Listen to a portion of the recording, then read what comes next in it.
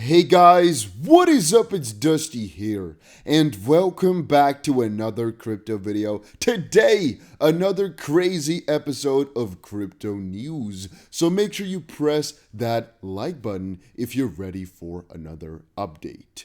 This will be all the most important stuff that's happening in the crypto space right now. And if you want to keep up to date with everything crypto, make sure you press that like button. Subscribe button is actually what I meant. So, breaking. ProShares Bitcoin ETF to launch on Tuesday, October 19th. So it's basically being confirmed, sorta. Walter Bloomberg here shared over on his Twitter. ProShares Bitcoin Futures ETF will launch on the NYSE Tuesday. New York time, or I guess it's by the New York Times actually. It's been confirmed by the New York Times that this is going to pull through. I actually think that most other sources agree with this. I don't know what else to say. It's been quote unquote confirmed. A lot of people were saying no, it's going to kind of go back down today. Some people are going to change their mind. It's all going to be bad. But the way it's looking like right now, it's official, it's factual, and it's pretty damn juicy. Then, how is the SEC picking winners and losers in crypto, where Ethereum got a free pass and Ripple got sued? What's all this about alleged conflicts of interests among the SEC officials involved?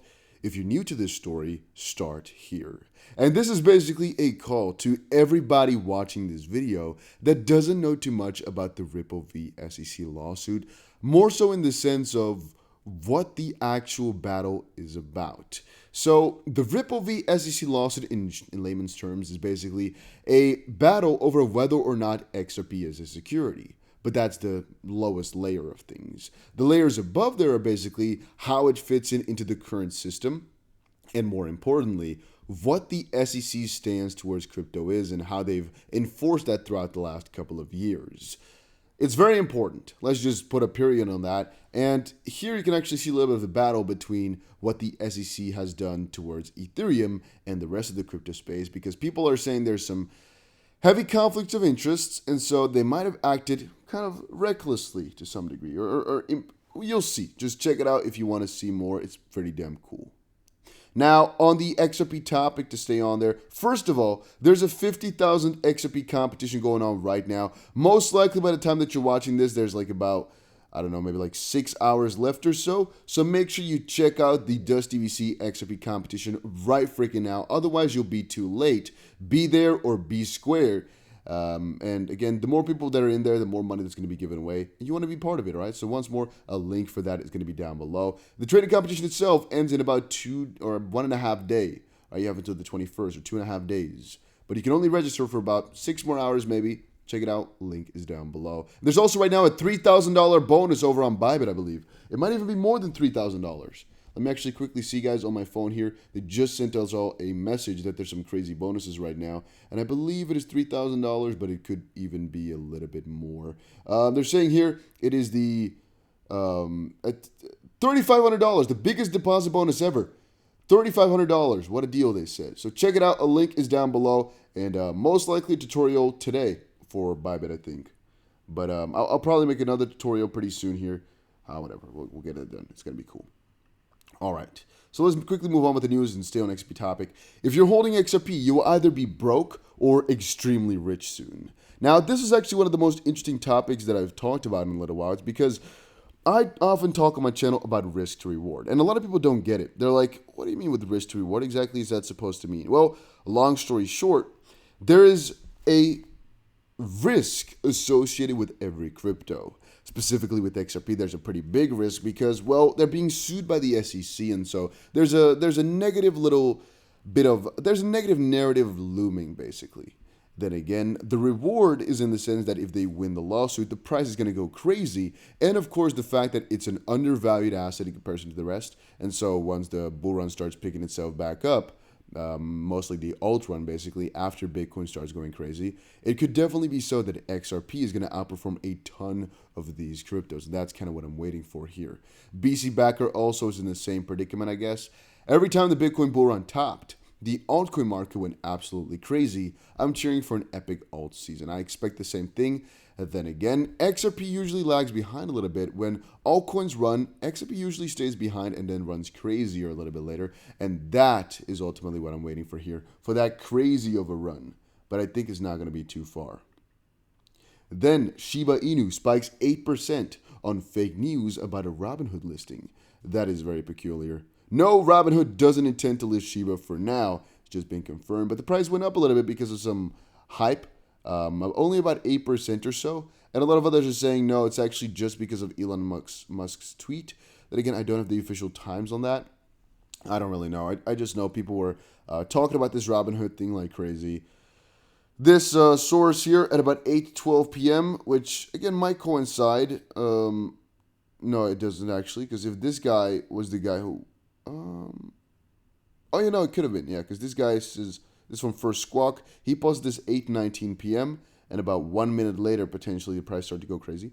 Robinhood says to list Shiba Inu to its platforms by source, and the price started to pump directly afterwards. It's pretty funny how the price moved this much, and there's like trillions of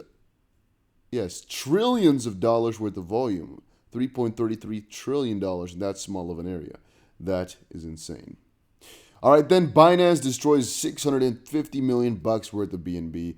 BNB right now is doing pretty good right now. Again, mostly every time it happens because of the whole burn debacle. Even though it doesn't have a really great effect, every single time that they burn, people are like, oh, wow, okay, it's getting more scarce. It got more scarce. Let me pick up some. And right now the price is reflecting that a little bit. I'm not sure if it's fully dedicated to the burn, but I think people are definitely seeing this as a positive thing. And apparently the company destroyed more than 1.3 million BNB that were cumulatively worth roughly $640 million. This was the 17th quarterly burn. Interesting. 17 quarterly burn. I don't know exactly what quarters they're talking about because they haven't been operating for... they haven't been doing the burns for more than 4 years, at least. So not exactly sure what that is all about. But apparently here, burning is the process of shrinking the token circulating supply. Binance is on track to destroy 50% of all BNB tokens every quarter. 50% of all BNB tokens every quarter. The number of tokens that are destroyed each quarter is calculated based on the trading volume on Binance's crypto-to-crypto exchange, which is definitely peculiar, but it's pretty nice. Now, Grayscale CEO says the SEC is likely to approve an Ethereum ETF after greenlighting the first Bitcoin futures ETF. The thing about this is, yes, it's true. It will take time, but it's not going to take too much time, basically. Once the ball starts rolling, it usually starts rolling pretty damn quickly off the hill. And this is the big factor that we needed to basically, it was a big hurdle to get over. Now that number 1 is there, number 2 will follow, number 3 will follow.